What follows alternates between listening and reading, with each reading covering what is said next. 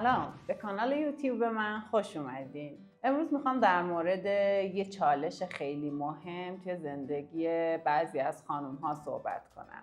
یه بیماری که میزان شیوع اون چیزی حدود 5 تا 10% خانوم های سنین باروری هست. یعنی از هر 10 خانومی که توی سنین هول و هوش 10 سال تا 50 سال هست، از هر 10 نفر یه نفر ممکنه بهش مبتلا بشه. کیفیت زندگیش در صورت درگیری با این بیماری به شدت مختل میشه. توی هر سیکل قاعدگی دردهای شدیدی رو تحمل میکنه. ممکنه باعث غیبت از محل کار، مدرسه و برهم خوردن آرامش زندگی فرد بشه. درسته، دارم در مورد اندومتریوز صحبت میکنم. اندومتریوز چی هست و چه شکلی ایجاد میشه؟ واقعیتش اینه که منشأ ایجاد اندومتریوز به صورت قطعی هنوز مشخص نیست. اومدن چندین تئوری مطرح کردن، ولی تئوری واحدی که بتونه همه انواع اندومتریوز رو توجیه کنه وجود نداره. در مورد این 4 تا تئوری به زبان ساده اگه بخوام براتون صحبت کنم، رایج‌ترین نظریه میگه که توی هر سیکل قاعدگی که خانم‌ها قاعده میشن و یک مقدار از این خون قاعدگی از طریق حالا واژن به بیرون به عنوان خون قاعدگی میریزه، کمی از این خون هم از طریق لوله‌های رحمی پس میزنه به داخل حفره شکم و لگن که حاوی سلول‌های رحمی هست و این سلول‌ها اونجا کاشته میشن و در گذر زمان باعث ایجاد اندومتریوز میشن. این رایج‌ترین نظریه هست. اما این وجود اندومتریوز رو توی نقاط دوردست مثل دست، مثل پا، مثل ریه، مثل مغز توجیه نمی‌کنه.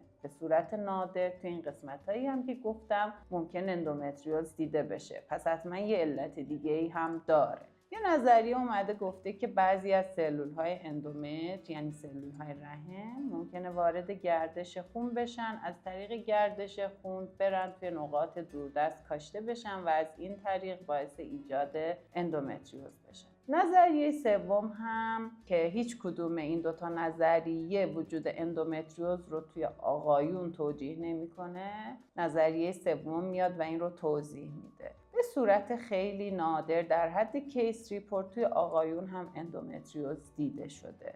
خب این علتش چی میتونه باشه؟ نه قاعدگی و نه ورود سلول‌های رحمی به گردش خون، هیچ کدوم اینها توجیه کننده نیست. نظریه سوم میاد میگه که توی دوران جنینی ممکنه بعضی از سلول‌های جنینی به اشتباه در جای غلط تبدیل به اندومتر بشن که با گذر زمان در اثر هورمون‌های جنسی، هورمون‌هایی که غده فوق کلیه تولید میکنه، باعث ایجاد اندومتریوز بشن که این هم وجود اندومتریوز رو توی آقایون میاد و توجیه میکنه. اما اینکه کدوم اینها غالب هست، پس زدن خون قاعدگی به حفره شکم معمولا رایج‌ترین و پذیرفته شده ترین نظریه هست که اومدن این رو به عنوان علت اندومتریوز در نظر گرفتن.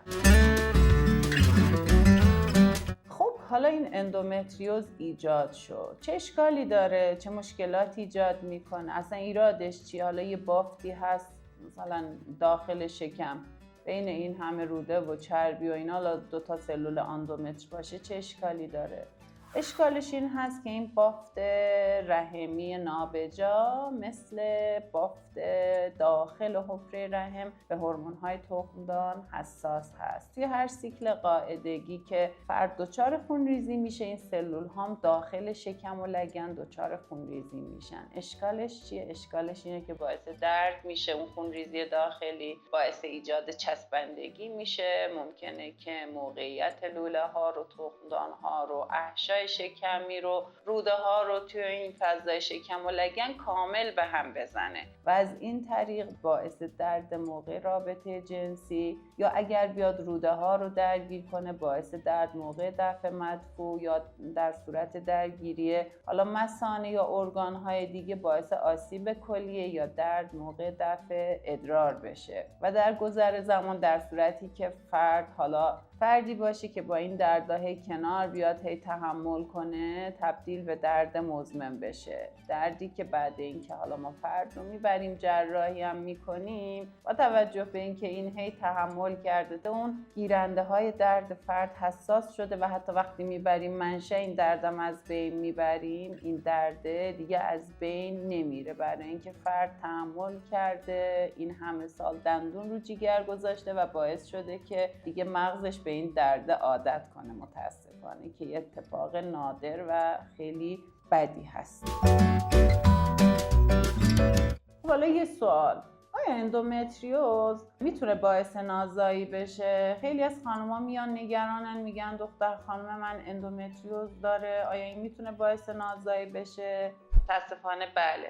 اندومتریوز با توجه به اینکه چسبندگی میده داخل حفره شکم و لگن، آناتومی لگن رو، لوله های رحمی رو، تخمدان رو به هم میریزه، باعث ایجاد التهاب داخل شکم میشه، بعد کیفیت تخمک ها رو میاره پایین، از طریق این مکانیزم ها میزان شیوع نازایی رو بالا میبره. اما معنیش این نیست که هر کی اندومتریوز داشت دیگه بگیم 100% نازاحت. خیلی از خانم‌های مبتلا به اندومتریوزهای خیلی شدید هم حتی چندین بچه به دنیا آوردن و اصلا هیچ علامتی نداشتن و حالا بعد اینکه سالهای بعد از باروریش به صورت اتفاقی رفته سونوگرافی متوجه وجود اندومتریوز شده. پس اندومتریوز وجودش به معنی 100% نازایی نیست. میزان شیوع نازایی توی افراد مبتلا به اندومتریوز چیزی حدود 30 تا 50% هست، یعنی 50 تا 70% افراد مبتلا به اندومتریوز نازایی نخواهند داشت که این یه نکته مثبت هست. و لابلای صحبت ها هم چیزی که قبلا یادم رفته بود بگم این هستش که بعضی از آدمایی که مبتلا به اندومتریوز هستن ممکنه هیچ دردی نداشته باشن و به صورت اتفاقی توی سونوگرافی تشخیص داده بشه. پس نداشتن علائم، نداشتن هیچ مشکل به معنی نبود اندومتریوز نیست و ممکنه که فرد هیچ علامتی نداشته باشه، اتفاقی بره توی سونوگرافی وجود اندومتریوز تشخیص داده بشه. خلاص اگه بخوام خلاصه کنم، اندومتریوز یه بیماری خانم‌های سنین باروری هستش. حفره شکم لگن عمدتاً جایی هست که درگیر میشه، در اثر پس زدن خون قاعدگی اتفاق میفته و اگر بی علامت نباشه علائم شامل دردهای شدیدی هست که زندگی فرد رو مختل میکنه و ممکنه بعضی روزها باعث بشه که فرد ناخواسته به خاطر درد از محل کارش، از محل تحصیلش به ناچار غیبت کنه. از اینکه تا اینجا همراه ما بودید تشکر میکنم.